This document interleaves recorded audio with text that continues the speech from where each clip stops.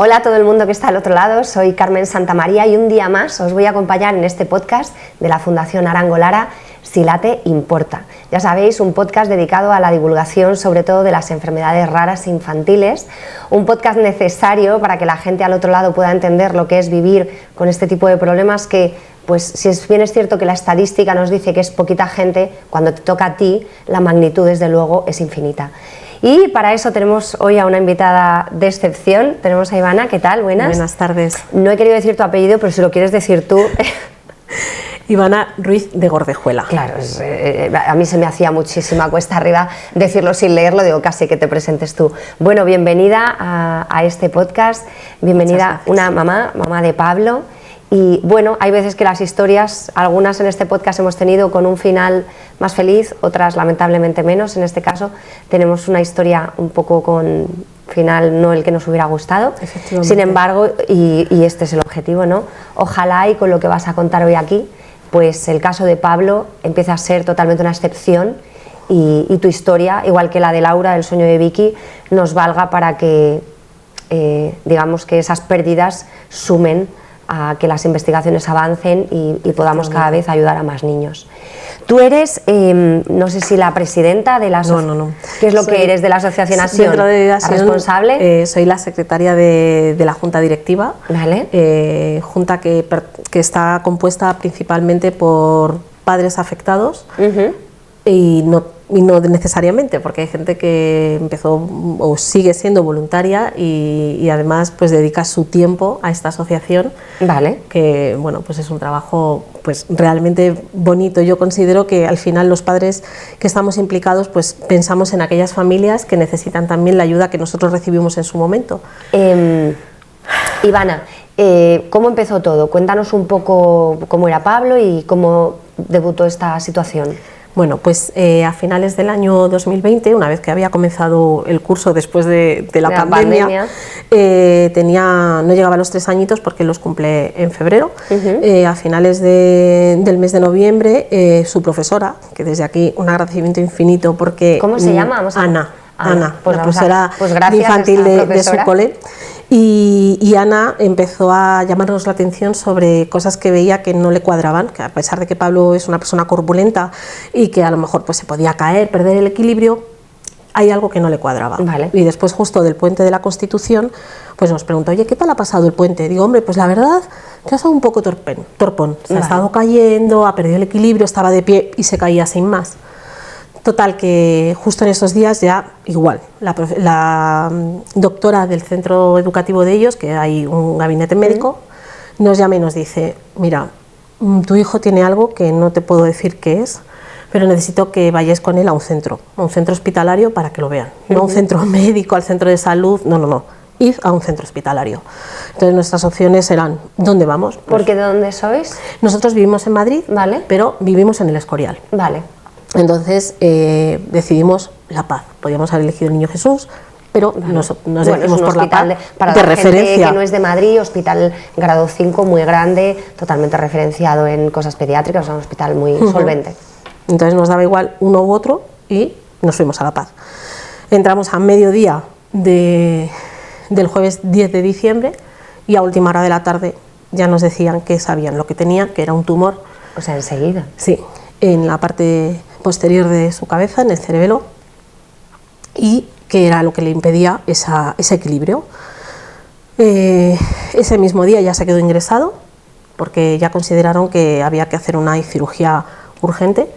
En un principio la cirugía la estimaban en una semana aproximadamente, pero el neurocirujano que le intervino consiguió quirófano el martes. Entonces él ya desde ese día quedó ingresado, empezó ya con una serie de tratamientos preventivos un poco pues para bajar la presión que tenía su cerebro y demás, y ese martes pues fue intervenido, 10 horas de intervención. Que también no hay... con la carga que significa estar para esperando. Para los padres que están al otro lado en esa incertidumbre tremenda. Nos dijeron que el tumor, que luego le vamos a llamar medulloblastoma, tenía el tamaño de una mandarina aproximadamente. ¡Ostras!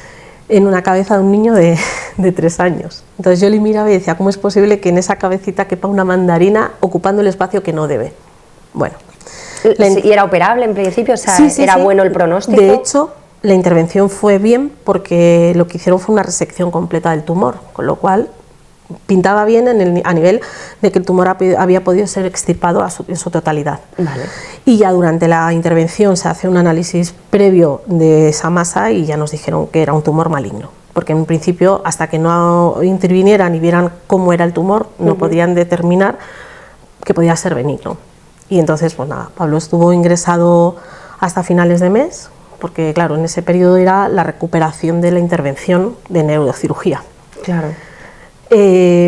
Salvaron también el hecho de que podía tener un exceso de líquido en el cerebro y no le pusieron drenaje, solo salvaron, o sea que también era todo un buen pronóstico. Vale. Y así fue. A finales de ese mes ya nos mandaron a casa, volvimos pasado Año Nuevo, revisión de neurocirugía. ¿Y tú a Pablo le veías bien? A ver, se había tirado un mes en la cama. Ya, un mes que él mucho, no podía claro. caminar, pero era a toda costa quería caminar, porque cuando nos dieron el alta decía yo solito. Es yo increíble solito. También la fuerza de los niños. Cuando vas a plantas de oncología pediátrica, es muy difícil quitarles la sonrisa, la energía, las ganas de jugar, ¿no? Es increíble. Increíble. Y nada, pues eso, quería ir solo, pero era imposible porque su cuerpo no le respondía, su masa corporal estaba débil, bien, claro. pero no tenía movilidad en las piernas desde hacía casi un mes. Claro. Pero bueno, volvimos a esa revisión de la cirugía, para ellos estaba todo bien a nivel de la intervención y ya nos derivaron a oncología pediátrica, hemato-oncología pediátrica de La Paz, y ahí después de Reyes, justo el día después de Reyes, la Filomena por medio, o sea, muy bien todo. Qué épico, hemos pasado el COVID, la Filomena, vamos, nos falta el volcán de La Palma. Sí. Muy... Entonces, después de días de Filomena, tuvimos que llegar hasta La Paz, lo conseguimos, y ahí tuvimos nuestra primera cita con nuestro oncólogo, que desde aquí, el doctor Diego Plaza, de hemato-oncología pediátrica de La Paz. Qué importante tener impresionante. Un buen sanitario al lado, que a veces, y en esto tendremos más adelante al doctor Carlos Macías, donde el foco, pues muchas veces, o sea, lamentablemente no siempre se puede salvar la vida, pero el cuidar, ¿no? El poner por delante el cuidar, qué importante, porque es lo que va a marcar una diferencia de verdad de cara a la familia. Totalmente. Es tan importante la figura de los sanitarios y el acompañamiento que hicieron durante todo el proceso de Pablo, que, bueno, no tengo más que buenas palabras para todo el equipo de La Paz. Desde aquí el agradecimiento a los profesionales que se vuelcan en hacer la vida un poco más fácil a las familias que están sufriendo. Vale, entonces, Ivana, una vez que le operan, pasan los Reyes y hay que empezar el tratamiento oncológico, ¿no? Y ahí, ¿cómo es vuestra vida? ¿Qué empieza ahí? ¿Qué etapa empieza? En principio todo tenía muy buena pinta. A priori, en la consulta del oncólogo lo que se nos trasladó fue que el tratamiento era de sanación, no de paliativos, de mantenimiento, cosa que ellos estaban esperanzados en que pues prosperara adecuadamente. Por su edad, de momento lo que iniciaron y lo que tuvo fue quimioterapia en distintos ciclos y así se hizo. Entonces, desde ese enero hasta julio, él tuvo distintos ciclos de tratamiento, con ingresos en algunos casos bastante largos, porque los 3 últimos ciclos, lo que llamaban el ciclo largo, eran de 21 días ingresado. ¡Ostras! Y también por medio de todo esto hubo un contagio de COVID que hasta entonces no había habido nosotros, y en uno de los ingresos que tenía que haber hecho no pudo hacerlo porque su padre se contagió de COVID. Sí. Y alargamos, bueno, pues ese espacio que es como, ves, tú decías el volcán, bueno, pues lo siguiente era el contagio de COVID, que hasta entonces no se había contagiado nadie en casa, pero bueno, pues ya está, salvamos aquello, seguimos. Su padre fue la persona que acompañó a Pablo en su proceso de tratamiento, así lo decidimos en casa. O sea, porque aquí uno tiene que decidir quién se va a cuidar y quién sigue trabajando, ¿no? Llega un momento en que tu vida, cuando el oncólogo ya se sienta delante tuyo y te expone todo lo que va a pasar y todo lo que viene por delante, pues tú lo primero que piensas es, ¿y ahora mi vida? se para, se Claro. frena en seco. ¿Qué va a pasar con nuestra familia? ¿Qué va a pasar con mi hija? Que también hay una niña. ¿Tienes una niña mayor? Una niña mayor. ¿Cuántos años tenía? ¿Cuántos se sacaban? Ellos se llevaban 3 años. Vale. Entonces Carlota O sea, murió. también era chiquitita, Sí. tenía una niña de 6 años. Sí, entonces claro, tú tienes que decidir qué haces con tu vida. Y por la forma de trabajo de uno y de otro, pues decidimos que fuera Ricardo el que acompañara a Pablo, porque bueno, pues hay un permiso retribuido que permite a uno de los padres. Sí, nos han Pues, comentado en algún otro efectivamente. Y entonces pues decidimos que fuera Ricardo el que acompañaba a Pablo. Acompañaba físicamente, obviamente, No, tu presencialmente, corazón, pero obviamente o sea, una estar madre... fuera y estar preguntándote a cada momento qué está pasando Ya. es muy complicado. Pero así lo decidimos y él estaba en el hospital llevando y trayendo a Pablo a sus tratamientos, a sus consultas, a todo. Y yo estaba pues en la retaguardia, pero sosteniendo. Bueno, y con en tu casa, otra hija con la y con tu peque, trabajo. con mi trabajo, con todo. Así que nada, y en ese momento también, en el punto en el que hicimos nuestra primera consulta de oncología, conocimos a Sion, porque Vale. el propio oncólogo nos cogió de la mano y nos llevó y nos dijo, mirad, ella es Verónica, que en aquel momento era la psicóloga, una de las psicólogas de Sion, y ellas pueden contar un poco en qué os pueden ayudar para seguir adelante en este trance, porque ahí Claro. se te viene delante muchas cosas que tú dices, ¿y ahora qué va a pasar con mi vida? Claro, incertidumbre máxima. Absoluta. Pues eso, hasta julio estuvo en tratamiento, después de esa fecha tuvo una revisión y a mediados de agosto nos dijeron que estaba bien todo, Vale. que estaba bien y que debido a eso, a su edad, que de momento no aplicarían ningún otro tratamiento porque tal y como habían salido las últimas pruebas estaba todo correcto y que no había necesidad de dar más Claro, radiar tratamiento. más ni nada. Nada, que nos quedábamos con la quimio y ya está. Que podía empezar el cole, o sea, que eso fue una fiesta, que él pudiera volver. Claro. Y empezó el cole. Pero a finales de septiembre los síntomas volvieron. Enseguida. Se volvió enseguida. Un día iba corriendo por el pasillo e iba de lado a lado dándose con el pasillo. Ay, qué terror para vosotros, ¿no? Eso fue un sábado. El domingo Ricardo bajó con él a La Paz y le dejaron ingresado. Y el día 11 de octubre del 21 nos dijeron que tenía una recidiva, la enfermedad había vuelto y mucha tumor más entero. agresiva porque ocupaba desde la parte posterior de la cabeza y toda la columna. Ahí su oncólogo una vez más hizo lo imposible Ya. para seguir. Pero ahí ya sabíamos que la cosa se había complicado bastante. Entonces ahí estuvo una semana ingresado, ahí sí que tuvieron que volverle, ahí ya sí le pusieron la bomba, o sea, el drenaje para lo que hablábamos antes, que no se Sí, lo habían puesto la vez líquido. anterior, sí, para... Y seguimos con esperanza. Estuvo, pues ya te digo, una semana larga ingresado, salió de La Paz un miércoles y el viernes empezó a levantarse, bueno, el jueves estuvo raro y el miércoles al levantarse empezó a decir cosas inconexas, no tenían sentido. Y de repente no fue un coma, fue como un desvanecimiento en casa. Sí. Tuvimos que llamar al 112, vinieron, estabilizaron y se lo llevaron a La Paz.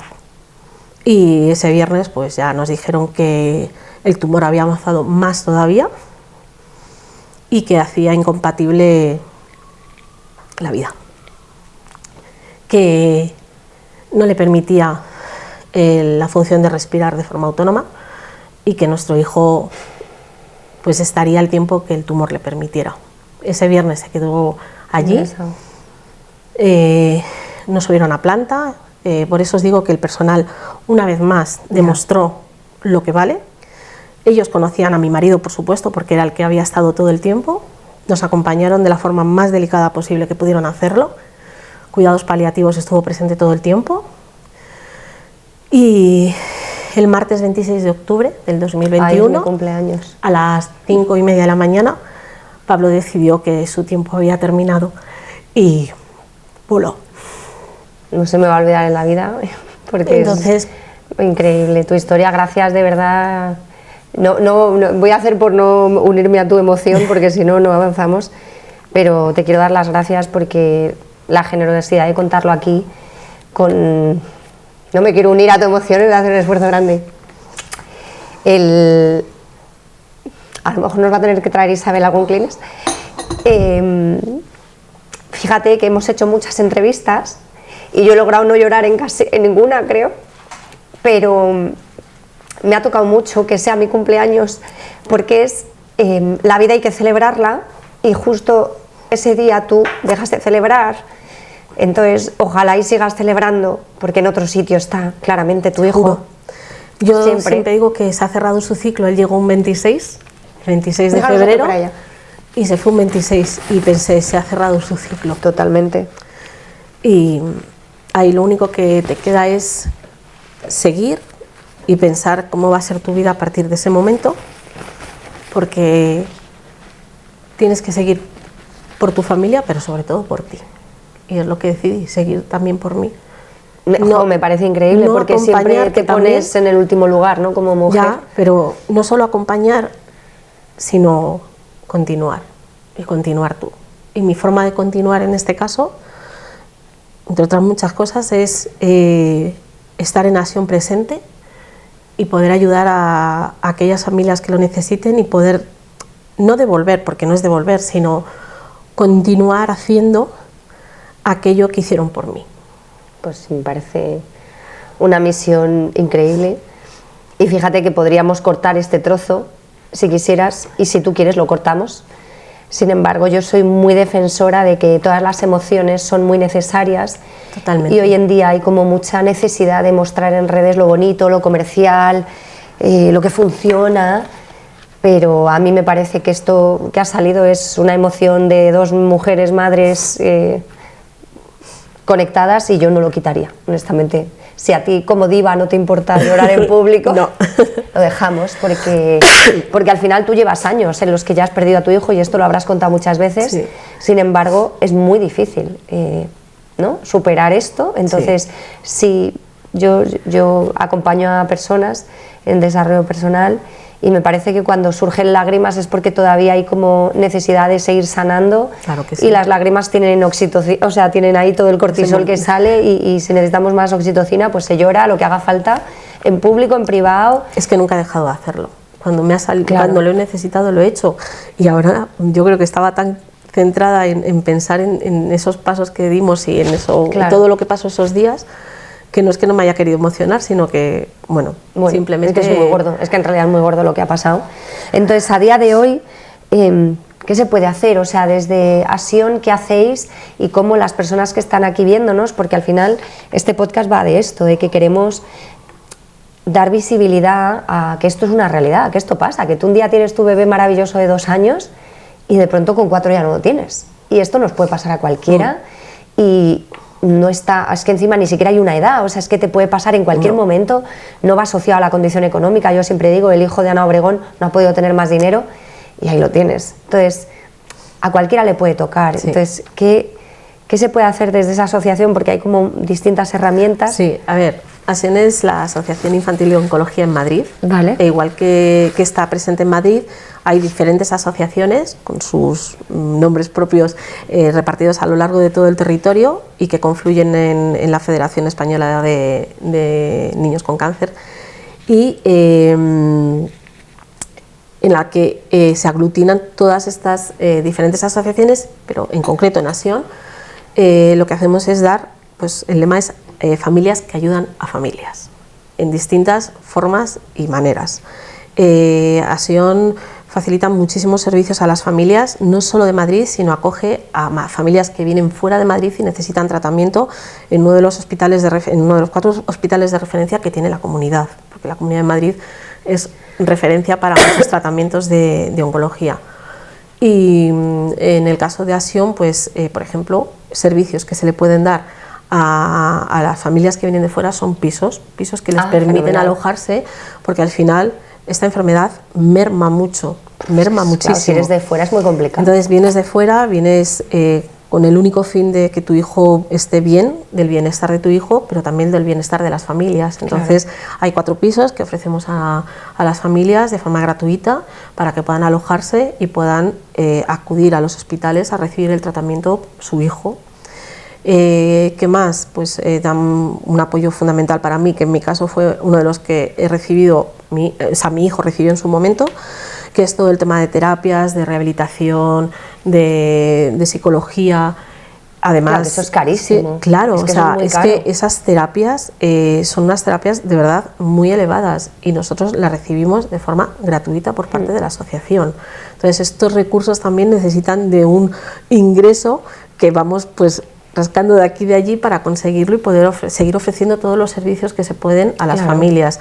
Hay ayuda de material ortopédico, hay ayuda económica si una familia está realmente pasándolo mal y necesita pues eso, ayuda a nivel económico, a nivel de banco de alimentos, a nivel de trabajo social para poder ayudar a las familias, como fue nuestro caso, mira, tenéis estas ayudas, podéis acceder a esta... Claro, guiar un poco, ¿no? Porque te pilla a las eso, familias, que estás bloqueado. El terror y encima, ¿qué hago ahora con esto? Luego hay algo muy importante, que es la parte del respiro familiar, que ayuda a las familias a tener ese momento pues, de respiro, voluntarios que están presentes en los hospitales, que ayudan a las familias. Entonces, hay tantas cosas que se pueden hacer y que día a día intentamos hacer para mejorar que el momento de las familias cuando pasan por esta enfermedad sea el mejor posible, siempre que podamos hacerlo. Sin duda. Vale, pues Ivana, antes de que te vayas me gustaría hacerte unas preguntas que hacemos siempre a las personas que pasan por este podcast. Lo primero es, ¿qué te gustaría conseguir con esta entrevista que hemos hecho? ¿Qué te gustaría que ocurriera en la gente que está al otro lado y ha escuchado tu historia? Bueno, no quiero hacer un drama de mi historia, porque bueno, cada uno tiene su mochila en la vida y va cargado con lo suyo. Tampoco vamos a negar que es un drama. Por supuesto. Tremendo, que tú lo encajes bien, pero es una cosa tristísima. Todo el mundo viaja con su mochila, que la mía es cargar con el duelo de la pérdida de un hijo. Yo creo que ese es no creo, honestamente te lo digo, que haya un duelo más grande. No, porque yo perdí a mi padre hace muchísimos años y piensas que nunca un dolor por la pérdida de alguien va a ser tan fuerte. Y es que claro, no experimentas Es que cuando lo experimentas es cuando... tú estás hecha para dar vida, no para perder esa vida antes de irte tú. Entonces, yo creo que psicológicamente es indiscutible que es cierto que todos llevamos mochilas, hay gente que les han pegado sus padres, hay muchas vidas muy truculentas, muy dramáticas. Sin embargo, la entereza con la que tú afrontas esto, que lejos de hundirte te pones a sumar en el movimiento, pues oye, que lo cortés no quita lo valiente. No, por supuesto, pero que con esto no, vamos a decir entre comillas, no dar pena. No, lo que hay que dar es dinero. Lo que hay que dar es dinero, no pena. Porque otra de las cosas que quiero recordar ahora, porque es importante, quizás Asion su función no está orientada a la investigación de la propia tratamiento de la enfermedad, pero un campo muy importante también es la investigación de las secuelas. Claro. Cuando un niño sobrevive, y ojalá que sean todos, ojalá que fueran todos, siempre algo de secuela queda. Claro. Y Asion está ahí, y una de las facetas más importantes también es la investigación de las secuelas. Entonces, creo que es muy importante también saber esto. Entonces, a estas asociaciones que nos lleguen ingresos, que nos lleguen aportaciones, nos sirve para seguir trabajando con las familias antes, durante y después, porque el antes también se puede producir, me refiero antes en el sentido de en el momento justo del diagnóstico, en el momento que estás perdida y luego ya cuando te metes de lleno en la enfermedad. Claro. Y una vez superada la enfermedad, o no, ese apoyo que sigues recibiendo. Y las secuelas son súper importantes, trabajar en ellas y poder ayudar a los niños y las niñas para que sigan. Pues pondremos abajo en un banner pues todos los datos de la asociación, el número de cuenta donde se puede donar para que cada granito de arena, porque al final, ¿tenéis Bizum? Sí. Yo siempre digo, por favor, tener Bizum, porque es muy fácil y la gente hay que ponérselo fácil para que ponga dinero. Bizum. Entonces, de verdad, las personas que estéis viendo esto, 1 euro, 2 euros, 10.000 euros, cada cual tiene su economía y tiene sus dificultades, pero lo que puede parecer peladillas al otro lado suma, y al final la suma de muchas pequeñas cositas es lo que marca una diferencia. Entonces, desde aquí animar a eso. Y por último, Ivana, antes de que te vayas, ¿qué deseo le pides al 2026? Y no necesariamente ya tiene que estar relacionado con la enfermedad, ni con... ya para ti, para el mundo, porque también hay un punto en el que tienes derecho a tener otros deseos, ¿no? Tu duelo ya está y parece que no tiene por qué marcar toda tu vida esto, puedes desear en otras direcciones, ¿no? Entonces, pues para mí ser feliz, En general, en mayúsculas. En general, ser feliz. Seguir y ser feliz. Bueno. Porque podría ser más típico otras cosas, pero creo que seguir y ser feliz. Bueno, pues yo me lo aplico también ese deseo. Espero que las personas que estéis al otro lado hayáis podido pues, aprender mucho de los ejemplos de las supermujeres que estamos teniendo hoy con nosotros acompañándonos, en este caso Ivana. Desde aquí de nuevo, y no me voy a cansar de repetirlo, a mí ayudar me ayuda, y me parece que todas las personas que estamos un poco involucradas en estos temas tan difíciles necesitamos de alguna manera calmar como nuestra, no le quiero llamar culpa, pero sí que hay un punto cuando te sientes excesivamente afortunado, ¿no? Y ya el ser afortunado empieza en he nacido en este continente, en concreto en este país, en concreto con el cuerpo que tengo, 2 piernas, 2 brazos, una cara, un cerebro, todo funciona de momento más o menos. Entonces yo me siento tan afortunada de que la vida, o sea, de verdad considero, y claro que tengo dificultades, todo el mundo tiene cositas, sí, pero el saber ver, ¿no? Como tú ves dentro de las dificultades, saber sacarlo mejor, saber sumar, saber que aún así estás en una situación de privilegio porque sigues aquí, sigues ayudando a gente, ese ayudar, ¿no? Que nos ayuda a que el mundo sea un poco más justo, pues creo que es el motor que nunca debemos parar. Así que muchísimas gracias, Ivana, por haber venido. Muchísimas gracias a las personas que hayáis estado viendo este podcast hasta el final, y de nuevo la misión es que aquí los números sean cada día más grandes para que podamos seguir ayudando, investigando, compartiendo recursos con las familias que los necesitan, así que por favor la suma de todos. Muchísimas gracias. Gracias.